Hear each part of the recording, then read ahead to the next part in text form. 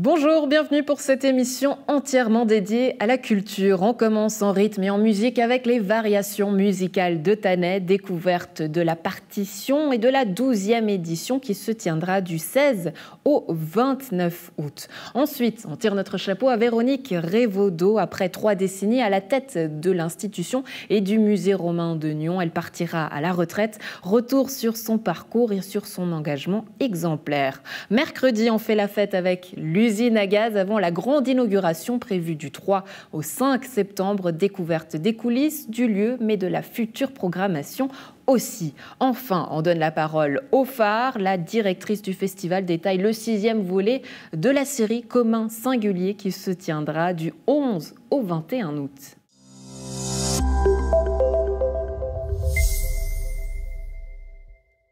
Aux variations musicales de Thanet, le cadre idyllique et les concerts d'artistes talentueux font la signature du festival classique de la Côte. On découvre aujourd'hui la partition de cette 12e édition qui aura lieu du 16 au 29 août. Céline Villardeau, bonjour. Bonjour. Vous êtes membre du comité du festival. Alors cette année, le piano sera mis à l'honneur. Comment et pourquoi? Dis-nous tout.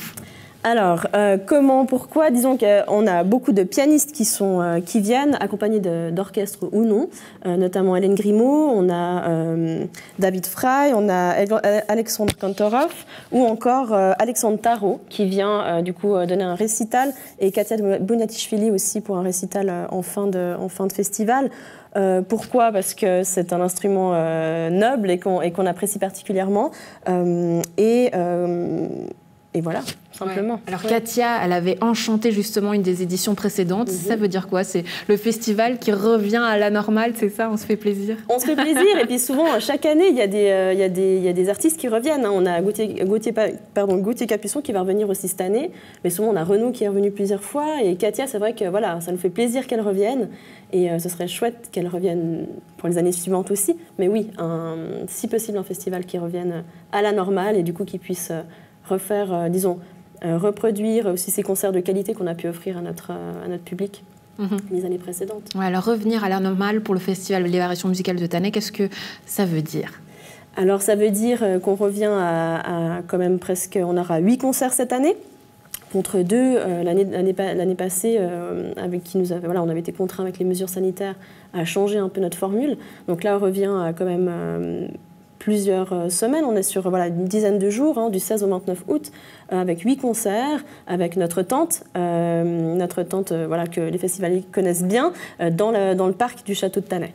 Ouais. Alors on sait que pour cette année, vous avez voulu surtout consacrer une soirée spéciale, la soirée signature suisse, au cours de laquelle plusieurs artistes vont justement se succéder, parce que vous vous êtes rendu compte que finalement il y avait un besoin plus que jamais chez les artistes suisses, puisqu'ils ont vécu une période particulière. Quel était le rôle justement du festival dans cette situation, selon vous? Alors là, nous, notre volonté en tout cas, c'est vraiment de mettre en avant ces artistes suisses, de les soutenir. Et il nous avait semblé assez naturel de leur consacrer une soirée. Par rapport à... On n'a pas pu faire grand-chose en soi pour la situation qui leur... ils étaient tributaires de ça. Donc nous, vraiment, c'est cette volonté. Notre volonté, c'est vraiment de leur offrir cette place-là. Et là, on ira... Donc on aura... En fin de soirée, on aura Estelle Reva qui vient, donc violoncelliste, avec un pianiste, Christian Chamorel. Et en fait, ce sera 3 séquences, donc 3 petits concerts qui se succéderont avec des artistes peut-être un peu moins connus qu'Estelle Reva, mais qui ne sont pas non plus des artistes dénués de talent. Donc on a Simon Burki qui vient, donc Samuel Niederhauser, violoncelliste, qui sera accompagné de Monsieur Burki, avec Damien Bachmann, clarinettiste, qui viendra avec François-Xavier Poisa au piano. Et enfin, du coup, avec Estelle Reva pour clôturer cette soirée-là. Ouais, on entend souvent le président Serge Schmitt dire que Renaud Capuçon, c'est un grand ami du festival. Vous avez toujours un lien très privilégié avec ces artistes aujourd'hui. De quoi ont besoin ces artistes suisses? On voit là Estelle Reva derrière vous, mais quels sont les retours que vous avez eus avec eux, justement? Avec les artistes suisses, eh bien, moi, personnellement, j'en ai pas eu, mais c'est vrai que M. Schmitt a toujours ce contact étroit avec ces artistes. Et il en a eu beaucoup avec Estelle Reva, en fait, qui, elle, s'est beaucoup exposée aussi, en fait, cette année, je crois particulièrement, pour mettre en avant l'aide, en fait, qui était demandée, qui était nécessaire pour ces artistes. Et elle a réussi à avoir des aides, si je ne me trompe pas, financières pour les indépendants. Donc lui, il a ce contact privilégié avec ses artistes et je pense que c'est de ce contact-là que lui est venue aussi cette idée et cette envie de les soutenir particulièrement cette année de cette manière-là avec cette soirée spéciale. Ouais, 12e édition pour le festival. Comment est-ce qu'il se porte après toute cette tempête? Je crois qu'il se porte plutôt bien et c'est pour ça qu'on peut aujourd'hui s'imaginer avec un festival qui ressemble à celui qu'on a eu avant cette période si particulière. Donc bien et avec cette volonté de revenir à la normale si possible. Et tu me disais quelque chose de très intéressant lorsqu'on préparait cette interview, Gauthier Capuçon qui viendra. Ce qui est très intéressant, tu disais avec lui, c'est qu'il a ce côté très didactique d'approcher la musique. Oui. Tu es toi-même mélomane, mais finalement, l'essence même de ce festival, c'est quoi? C'est faire en sorte que tout le monde puisse apprécier la musique ou c'est quoi le plus grand objectif du festival? Alors oui, le plus grand objectif, je pense qu'il est double. Il y a cette volonté d'offrir la qualité, vraiment des concerts de qualité, des artistes de qualité, et de ce côté-là du souvenir que tu évoques et que j'évoquais tout à l'heure, c'est vraiment cette accessibilité, de rendre accessible la musique classique aux plus jeunes, disons vraiment à un public très très large. Et Gauthier, ce qui me plaisait particulièrement, c'était ce naturel vraiment de vulgarisation, entre guillemets, vraiment de didactisation, de décrire la musique avant de la jouer, de contextualiser pour le public qui peut être amateur, qui l'est. Et c'est vraiment cette volonté-là. Et ensuite aussi au niveau des catégories, on a pour cette année 3 catégories de prix. Donc c'est cette volonté aussi, au niveau financier, de pouvoir rendre le festival et la musique classique accessible à toutes et tous. Pour peut-être donner une petite astuce à ceux qui nous regardent, qui ne sont pas vraiment adeptes ou qui n'osent pas forcément aller à un concert de musique classique ou un festival de ce genre-là, quel conseil est-ce que toi tu pourrais donner? Pour y accéder, ou disons, c'est de se renseigner, déjà d'aller sur notre site, pour connaître un peu les artistes qui viendront, pour se renseigner sur les pièces qui seront jouées. C'est souvent des pièces qui sont disons, experts, les musiciens sont experts, mais qui les rendent vraiment, c'est souvent des très belles programmations qui sont proposées. On a notamment c'est Katia Benadishvili qui va venir jouer la gymnopédie numéro 1 d'Eric Satie, que je trouve magnifique. Et ça, d'ailleurs, sur son compte Instagram, il y a une vidéo, donc possible de l'écouter. Mais l'idée, c'est vraiment ça, c'est de venir, de ne pas avoir peur. Dans l'idée qu'il ne faut pas avoir cette image vieillotte qu'on peut avoir de la musique classique, de se dire qu'on n'a pas sa place. Au contraire, je pense que c'est peut-être là où on devrait... peut-être les jeunes devraient vraiment se dire on y va, on essaie, il n'y a pas de code, de dress code, il n'y a pas de... de se faire plaisir et avec ces catégories-là, on peut avoir accès à cette offre-là qui est intéressante, je crois. Ouais, les variations musicales de Tannay qui auront lieu du 16 au 29 août pour leur 12e édition. Céline Bilardeau, merci beaucoup d'avoir été avec nous. Une très belle journée. À vous aussi, merci.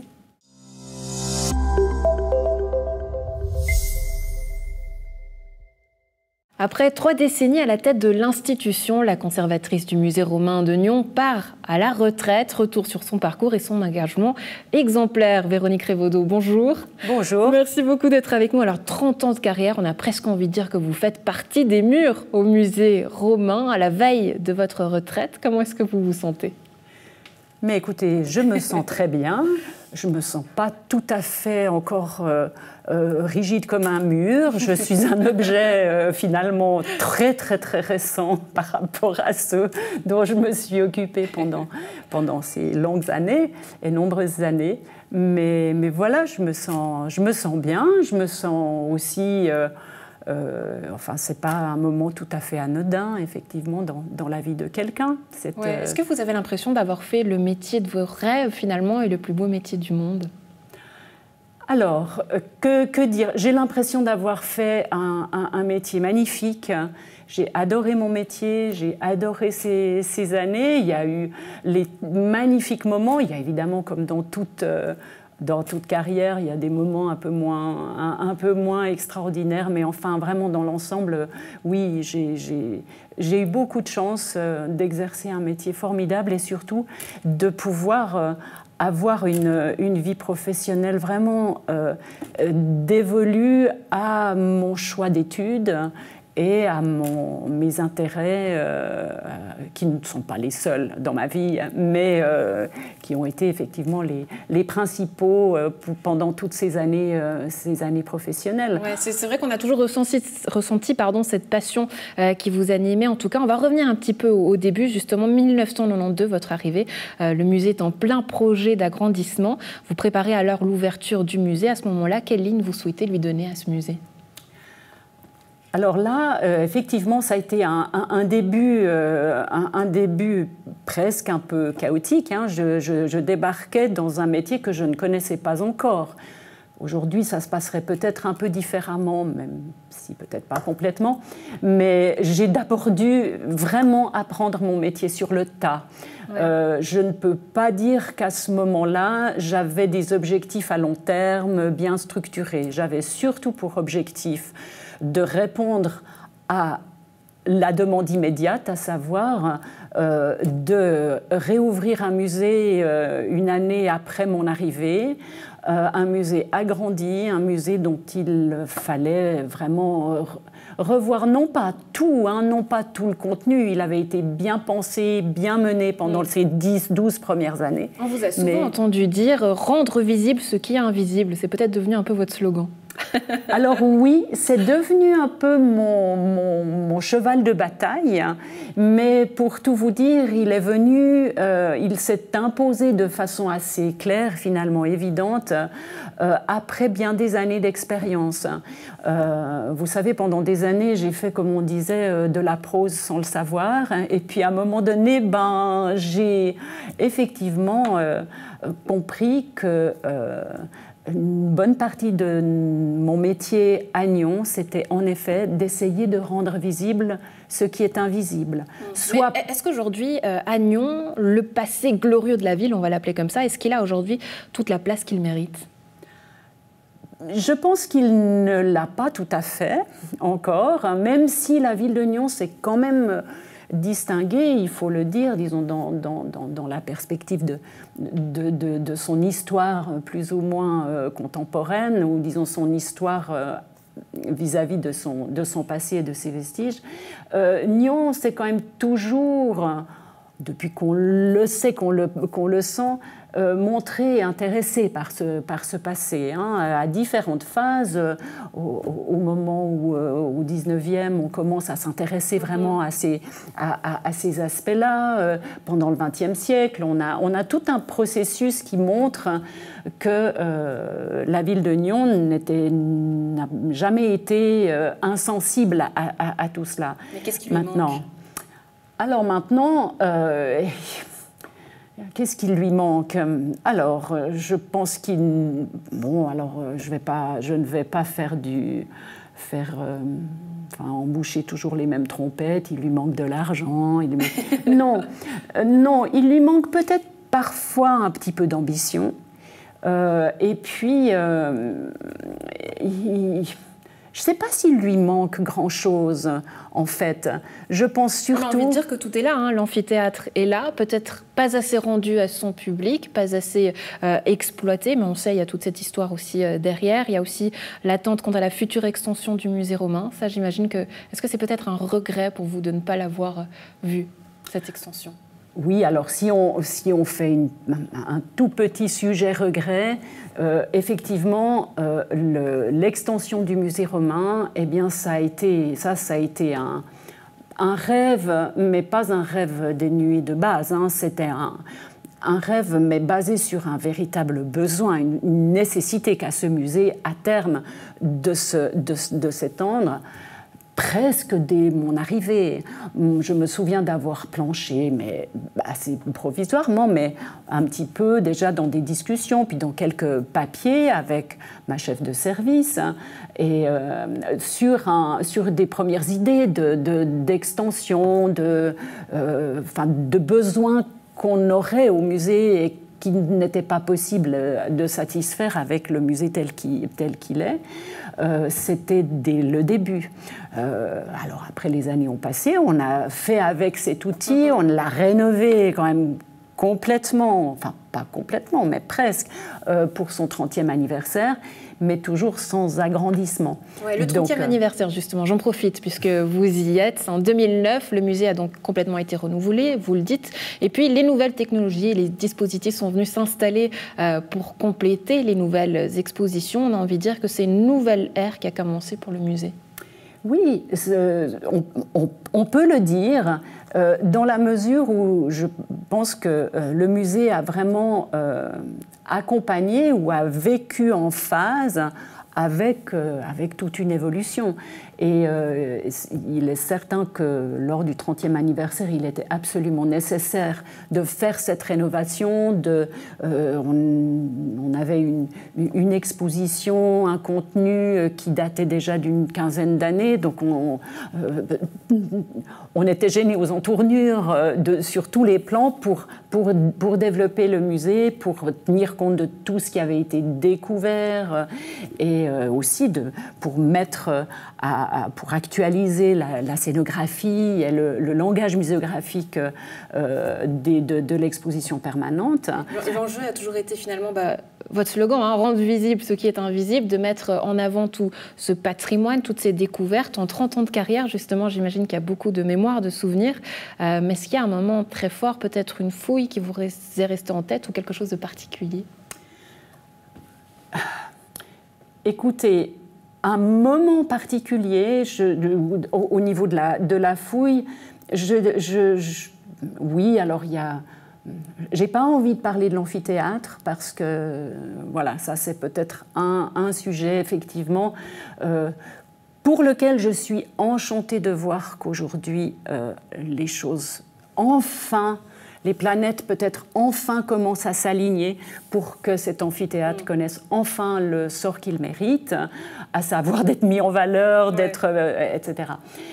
Donc je ne parlerai pas de l'amphithéâtre, peut-être que les découvertes de la Duche, qui sont aussi un petit crève-cœur parce que là, il y aurait eu moyen de conserver et de mettre en valeur en tout cas une partie des découvertes de ce chantier qui est finalement la première vision qu'on a pu avoir sur les quartiers de la ville romaine au bord du lac, mais ça a été une fouille extrêmement importante qui nous a apporté des éléments vraiment nouveaux, des objets, mais surtout des connaissances nouvelles. Maintenant, ce que je voudrais peut-être dire, même si ça ne répond pas exactement à votre question, c'est que s'il n'y a pas une fouille particulière qui peut-être émerge, c'est aussi parce que, et c'est ce qui fait à la fois la difficulté mais aussi l'intérêt de ce site,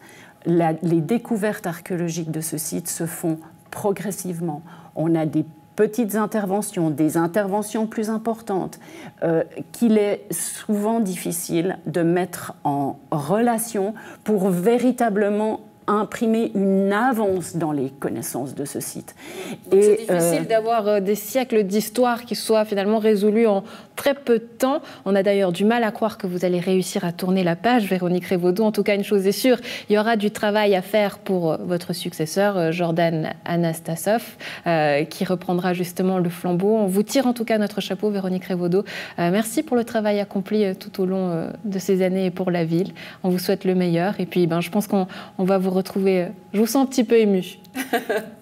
Je ne le cacherai pas, effectivement, mais je vous remercie. C'est vrai que je me suis beaucoup donnée, mais j'ai aussi beaucoup reçu à ce poste de tous les côtés.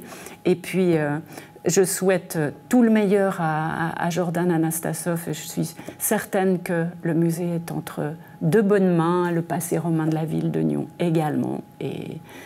Mon petit doigt me dit en tout cas que vous ne serez pas très loin. Non, je compte bien, on ne se refait pas, je compte bien suivre et ce qui se passe et je garde ma passion tout à fait intacte. Ouais, un très bel exemple en tout cas de transmission de passion, Véronique Revaudot. Merci beaucoup, très belle journée à vous. Merci beaucoup.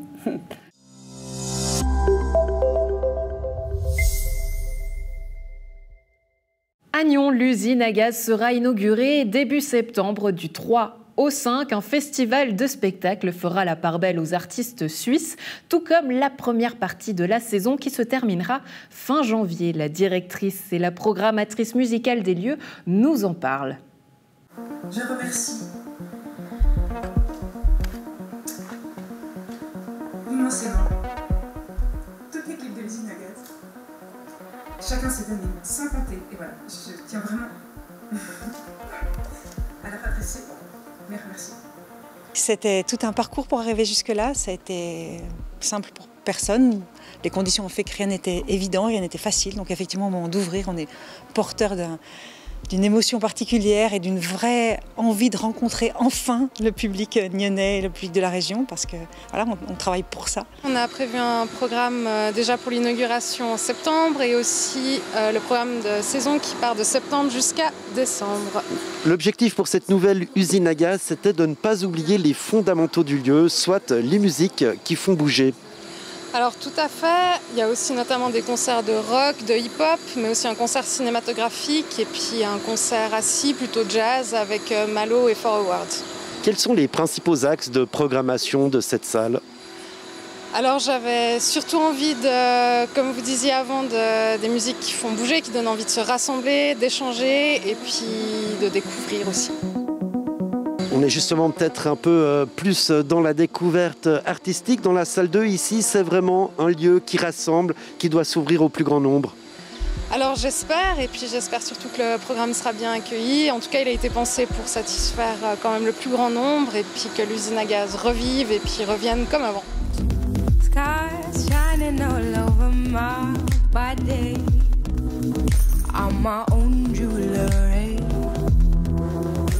Essentiellement cette saison des artistes suisses, quelques artistes internationaux, belges et français pour l'essentiel. Je parlerai de Flesh Love et de Julia Dabala qui nous offriront une super soirée. Également Requin Chagrin, des Français qui font du rock. Ça commence dans un cri de peine, s'il parle dans le bar, il y a du père. Et puis Glauque, des Belges qui font du rap. Dans la salle 2, justement, il y aura quand même des concerts de musique actuelle. Oui, il y en aura deux. Il y aura Chassol qui a son projet qui s'appelle Ludi. Ce sera un concert cinématographique. Et dans le cadre de Jazz Contrebande, une soirée plutôt jazz house avec Alberto Malo, Forward. Et ils seront accompagnés du MC britannique Infinitely Vez.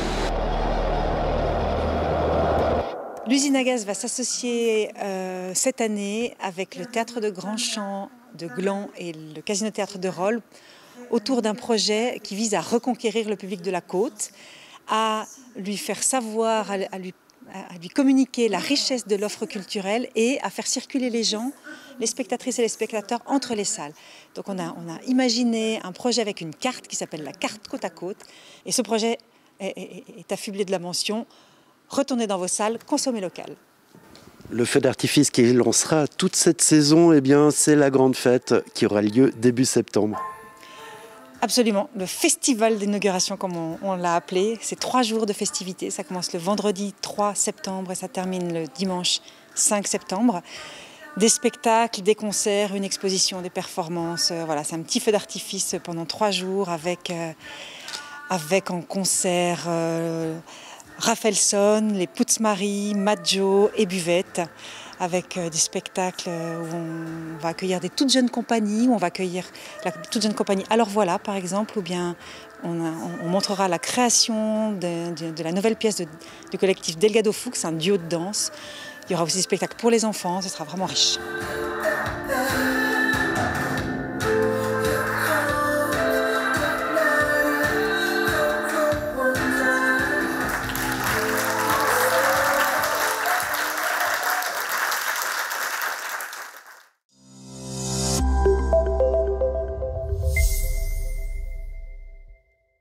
L'usine à gaz se refait une beauté avant son inauguration prévue début septembre. Le bâtiment a multiplié sa surface par 4 pour un investissement de 18,2 millions de francs. Crédit d'études compris. Visite des lieux et des coulisses en images. Alors, on est dans la cour de l'usine à gaz. Sur la gauche, la salle historique. Devant moi, le nouveau bâtiment qui a été fini de construire en mars. avec le nouveau néon usine à gaz qu'on vient de recevoir, la cour qui vient d'être dégagée, et on a présenté la saison aujourd'hui. Et tout est prêt pour l'inauguration qui aura lieu début septembre. Je vous propose de venir avec moi pour faire un tour du bâtiment. On y va. Alors voilà, on entre ici dans le foyer avec la billetterie, le bar, le vestiaire, un endroit qu'on veut convivial, un endroit où on peut venir boire un verre avec des amis avant le spectacle, après le spectacle, un endroit qui sera aussi ouvert pendant la journée pour les gens de la rue qui passent, qui ont envie de boire aussi un verre, qui ont envie de travailler, qui ont envie de profiter du lieu. Alors, voici un peu le plan des lieux. Alors, on a une résidence pour les artistes au premier étage. La salle est sur 2 niveaux, -1, -2. Et on a également un studio. On va commencer par aller déjà découvrir la salle de spectacle, la salle 2.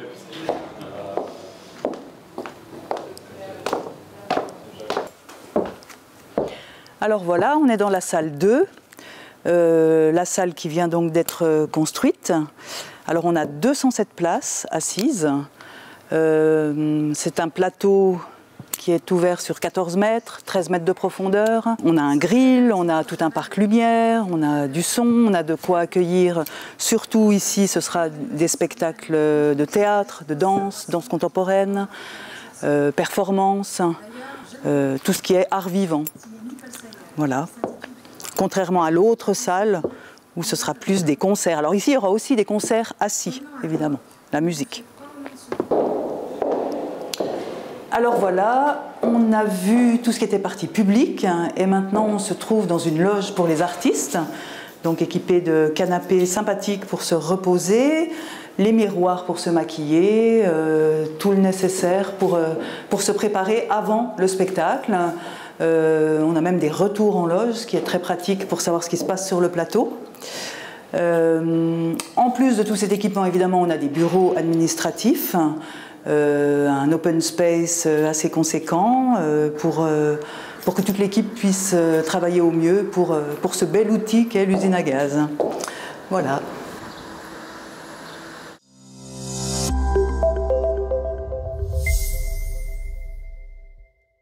Le phare continue sa mue en fabrique des arts vivants. Le volet estival de cet été de la série Commun Singulier aura lieu du 11 au 21 août. Entre géographie, pratique, parole et rituels détournés, la programmation appelle encore et toujours à la rencontre. Bonjour Véronique Ferrero-Delacoste. Bonjour.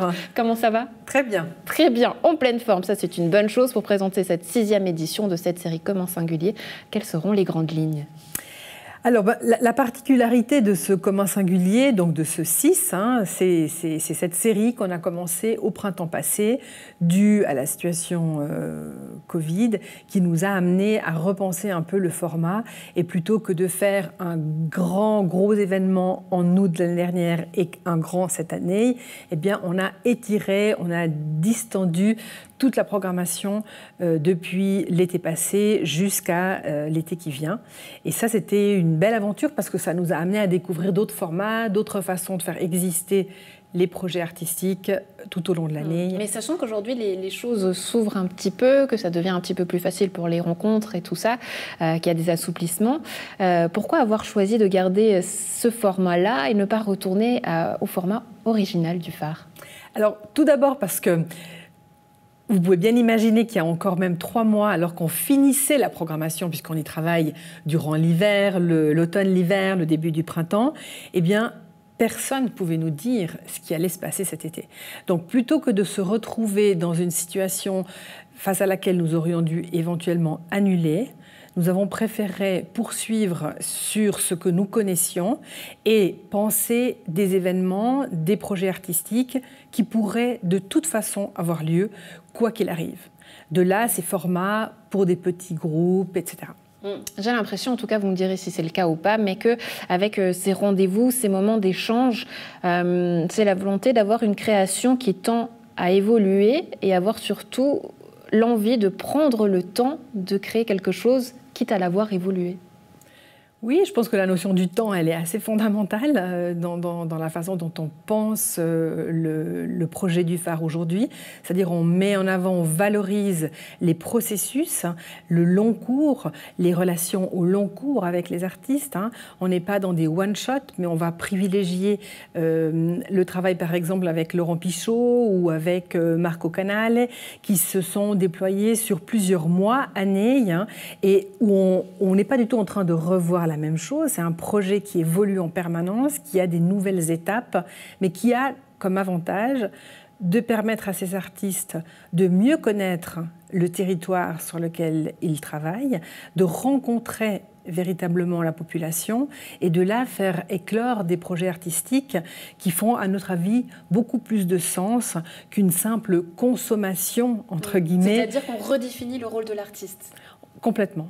Ça, c'est quelque chose qui est vraiment important pour nous. C'est-à-dire que l'artiste, il n'est plus seulement celui qui vient faire un spectacle dans une salle, mais il est un membre de la communauté, un citoyen, mais avec ses compétences spécifiques, qui va permettre d'amener quelque chose sur un territoire à la communauté de différent dans l'ordre de l'expérience du sensible. Du sensible, de la poésie, du rire, de tout ce que l'art permet de vivre comme expérience différente de ce que nous traversons tous les jours au quotidien dans nos vies. Oui, apporter une dimension sociale à la création artistique. On ne va pas pouvoir étayer tout ce qu'il y a à voir et à découvrir lors de cette 6e édition, mais on peut citer par exemple ces projets où le phare tend à s'extrapoler, à aller ailleurs dans le canton. Le souhait, là, c'est de construire, vous me disiez, des ponts avec des autres régions de la Suisse. Alors en effet, ça c'est une des grandes nouveautés qui s'est révélée au fil de ces communs singuliers, puisque des relations, des collaborations se sont construites dans d'autres régions de Suisse, à la Chaux-de-Fonds notamment, et puis en Valais pendant cet été. Donc ce sont des partenariats nés des projets qui nécessitaient des lieux, des contextes particuliers. Pour parler de celui de cet été, un artiste qui souhaitait travailler avec une communauté de personnes âgées dans une région de montagne. On a donc pensé au Valais, on a trouvé là-bas des partenaires pour le faire. Et depuis fin 2019, c'est un travail régulier, au long cours une nouvelle fois, qui se fait avec cette communauté dans cette vallée et que l'on pourra découvrir pendant la 6e édition de Communs Singuliers, sous une forme assez particulière. Et je reviens à ce que je disais tout à l'heure, on n'ira pas au spectacle pour 20h30, voir une œuvre qui dure 1 heure ou 1h30, puis rentrer chez soi. Mais nous partirons toute la journée en bus, l'idée presque d'une course d'école. Mais qu'est-ce que c'est aussi partager une expérience artistique avec d'autres spectateurs à l'intérieur d'une journée où on va vivre des choses différentes. Donc ça, c'est vraiment des propositions qui nous plaisent, qui nous intéressent et qui nous semblent assez pertinentes dans une période où, au fond, une des choses dont on a aussi grandement besoin, c'est se reconnecter entre nous. Ça, c'est d'ailleurs se reconnecter, puisqu'on le retrouve d'ailleurs dans un autre projet où il y avait eu toute une étude qui était faite sur notre rapport au Covid, nos échanges, un travail qui a été fait à Nyon, ça reste. Absolument. Ça, c'est un travail qui a démarré en effet au printemps dernier, qui aurait dû se faire sur place par des rencontres physiques qui n'ont plus pu avoir lieu, donc qui ont eu lieu par tous les moyens que l'on connaît et que nous avons tous utilisés, mais au service de penser, de cartographier ce qu'est notre commun, ce qu'est le lieu de vie que nous partageons, pas que le lieu physique, mais ce qui remplit notre vie, nos quotidiens, ce qui nous constitue chacun, et comment on peut cartographier ça pour mieux comprendre aussi comment on fonctionne ensemble. Et j'ai l'impression que vous prenez aussi le contre-pied, où on retourne peut-être à un format plus traditionnel, ou je ne sais pas quel est le mot qu'il faudrait vraiment utiliser, mais la scène, un danseur sur scène qui explore finalement tout son corps. Mais là, est-ce que vous pouvez peut-être nous en dire un peu plus? Est-ce qu'on retourne à quelque chose de plus traditionnel ou pas? Alors là, on est dans une forme en effet tout à fait spectaculaire, qui aura lieu en l'occurrence, là vous faites référence au projet qui s'appelle Chorégraphie de João dos Santos Martins, au temple de Nyon. Donc on est dans un lieu dans un lieu évidemment chargé d'une histoire, mais chargé aussi de symboles, pour explorer la danse comme un outil. Enfin, dans ce travail-là, dans cette pièce-là, il s'intéresse au langage des signes et il cherche un peu le parallèle qu'il peut y avoir entre le langage des signes et un langage chorégraphique du corps qui souvent, on pense, ne dit rien ou est dans l'abstraction. Et en fait, en faisant ce parallèle, eh bien, on observe la puissance évocatrice, la puissance même narrative que peut avoir le mouvement. Oui, mais vous avez utilisé le mot spectaculaire. Est-ce que vous osez encore le dire, programmer ce genre de spectacle ou plus? Vous essayez de vous en affranchir? Non, mais pas du tout. Enfin, je pense qu'on est ouvert. On va rester. Il y a plusieurs projets qui sont des magnifiques projets pour la scène de type théâtral ou chorégraphique, et ils auront toujours leur place. On va pas. Ça fait longtemps qu'on ne fait plus que ça. Je veux dire, on a cette envie d'explorer ces autres formats. Mais c'est un équilibre. On va pouvoir voir des pièces théâtrales, chorégraphiques, et puis on va pouvoir vivre des expériences dans une rivière, dans une forêt, à la montagne, et tout ça proposé par des artistes qui finalement, le plus important, c'est pas tant la forme, mais c'est vraiment ce qu'ils sont en train de nous dire et comment ils nous accompagnent dans la période que l'on vit, quoi. Et comment on le vit? Véronique Ferrero de la Coste, directrice du Phare, merci beaucoup d'avoir été avec nous. Et donc on se réjouit de vivre cette 6e édition du 11 au 21 août. Très belle journée à vous. Merci.